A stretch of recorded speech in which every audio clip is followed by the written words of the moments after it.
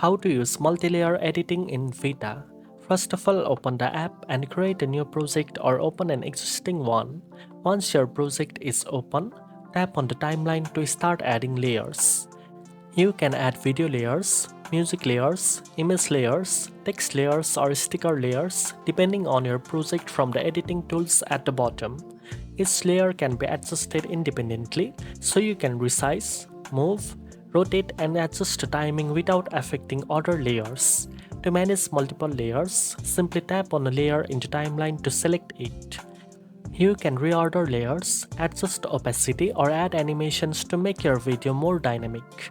Preview your project often to ensure all layers are aligned and the timing is perfect. Now you know how to use multi-layer editing in Vita. If you found this video helpful, don't forget to like, share and subscribe for more editing tips. Thanks for watching and I'll see you in the next one.